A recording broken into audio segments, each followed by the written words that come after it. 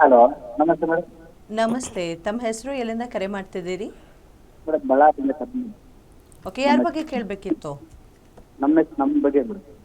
Okay, date of birth ಮತ್ತು ಹುಟ್ಟಿದ ಸಮಯ ತಿಳಿಸಿ. ರಮೇಶ್ ಅಂತ ಹೇಳಿ ಮೇಡಮ್, 4/7/1991 4/7/1991 ಬೆಳಗ್ಗೆ ಸಮಯ? 4 ಬೆಳಗ್ಗೆ 4:15 91 ಹೌದು ಹೌದು, ಬೆಳಗ್ಗೆ 4:15ನಾ? ಹಲೋ ಏನು ಪ್ರಶ್ನೆ ಇತ್ತು? ಮೇಡಮ್, ಏನೂ ಕೆಲಸ ಆಗ್ತಾ ಇಲ್ಲ, ಯಾವ್ದಾದ್ರು ಮಾಡಿದ್ರೆ ಡಿಲೇ ಆಗ್ತಾ ಇದೆ. ಓಕೆ, ಸರ್ ಮೀತಾ ಮೇಡಮ್ ಇದ್ದಾರೆ, ಸರ್ ಮಾತನಾಡಿ. ನಮಸ್ತೆ ಸರ್, ನಿಮ್ಮದು ಮೀನರಾಶಿ ಉತ್ತರಭದ್ರ ನಕ್ಷತ್ರ ಬರುತ್ತಾ? ಹೌದು ಮೇಡಮ್. ಹಾಂ, ಏನು ಪ್ರಶ್ನೆ ಸರ್? ನೀವು ಏನು ಕೆಲಸ ಮಾಡ್ತಾ ಇದ್ದೀರಾ ಫಸ್ಟ್ ಅದನ್ನ ಹೇಳಿ. ಮೇಡಮ್, ನಾವು ಆನ್ಲೈನ್ ಜೆರಾಕ್ಸ್ ಶಾಪ್ಗಳಿದ್ವಿ, ಅದನ್ನು ಸ್ವಲ್ಪ ಸ್ಟಾಪ್ ಆಯ್ತು.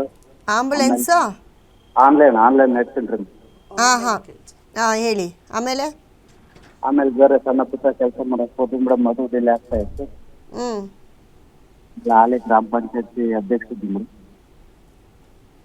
ಗ್ರಾಮ ಪಂಚಾಯತಿ ಅಧ್ಯಕ್ಷರ ಹಾಂ ಮೇಡಮ್.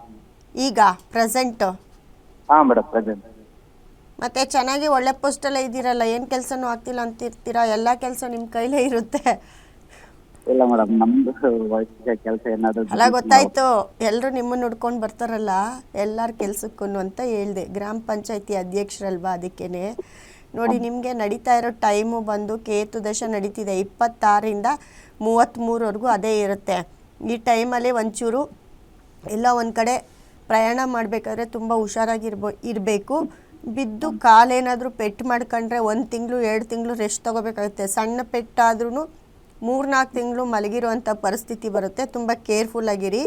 ಅದೇ ರೀತಿ ಇವಾಗ ನಿಮ್ಮ ಕೆರಿಯರು ಏನು, ನೀವೇನು ಕೆಲಸ ಮಾಡ್ತಿದ್ದೀರಾ ಅದರಲ್ಲೇ ಇಂಪ್ರೂವ್ಮೆಂಟ್ ಕೇಳ್ತಾ ಇದ್ದೀರಾ. ಗ್ರಾಮ ಪಂಚಾಯತಿ ಅಧ್ಯಕ್ಷರಾಗಿದ್ದೀರಾ, ಅದು ಬಿಟ್ಟು ಬೇರೆ ಏನಾದರೂ ಕೆಲಸ ಮಾಡಬೇಕು ಅಂತ ಅನ್ಕೋತಾ ಇದ್ದೀರಾ? ಹೌದು. ಏನು ಕೆಲಸ ಮಾಡ್ಬೇಕು ಅನ್ಕೋತಿದ್ದೀರಾ? ನಿಮ್ಮ ತಲೆಯಲ್ಲಿ ಏನಿದೆ? ಏನು ಬಿಸ್ನೆಸ್ ಮಾಡ್ಬೇಕು ಅನ್ಕೊಂಡಿದ್ದೀನಿ. ಅದೇ ಏನು ಬಿಸ್ನೆಸ್ಸು? ಅದೇ ಹೇಳಿದಲ್ಲ, ಜೆರಾಕ್ಸ್ ಶಾಪ್ ಆಗಲಿ ಇಲ್ಲ, ಪೂರಿ ಸಾಕಾಣಿಕೆ. ನೀವು ಏನಾದರೂ ಒಂದು ಶಾಪ್ ಓಪನ್ ಮಾಡಿದ್ರೆ ತುಂಬ ಚೆನ್ನಾಗಾಗುತ್ತೆ.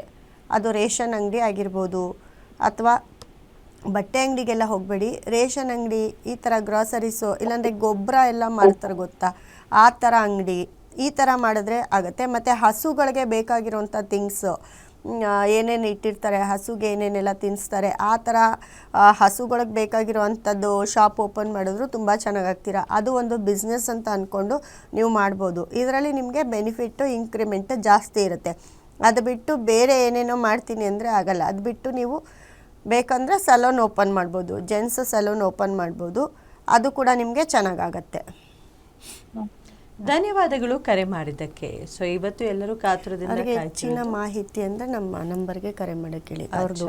ಸೊ ಎಷ್ಟೋ ಜನ ಕಾರ್ಯಕ್ರಮದಲ್ಲಿ ಕರೆ ಮಾಡೋಕ್ಕೆ ಟ್ರೈ ಮಾಡ್ತಿರ್ತೀರಾ, ಬಹಳಷ್ಟು ಜನಕ್ಕೆ ಸಿಕ್ಕಿರಲ್ಲ. ನಿರಾಶರಾಗಬೇಡಿ, ಯಾಕಂದರೆ ಸಂಪರ್ಕಿಸಿ ಅಂತ ಇರುವಂತಹ ಕಾಂಟ್ಯಾಕ್ಟ್ ನಂಬರ್ಗೆ ನೀವು ಕಾಲ್ ಮಾಡಿ ಅಪಾಯಿಂಟ್ಮೆಂಟ್ ತೊಗೊಂಡ್ರೆ ಮೀತಾ ಮೇಡಮ್ ಅವರ ಹತ್ರ ನೀವು ಖುದ್ದಾಗಿ ಮಾತಾಡಬಹುದು. ನಿಮ್ಮ ಸಮಸ್ಯೆ ಏನಿದೆ ಅವ್ರ ಹತ್ರ ಹೇಳ್ಕೊಳ್ಬಹುದು, ಅದಕ್ಕೆ ಪರಿಹಾರ ಕೂಡ ಕಂಡುಕೊಳ್ಬಹುದು.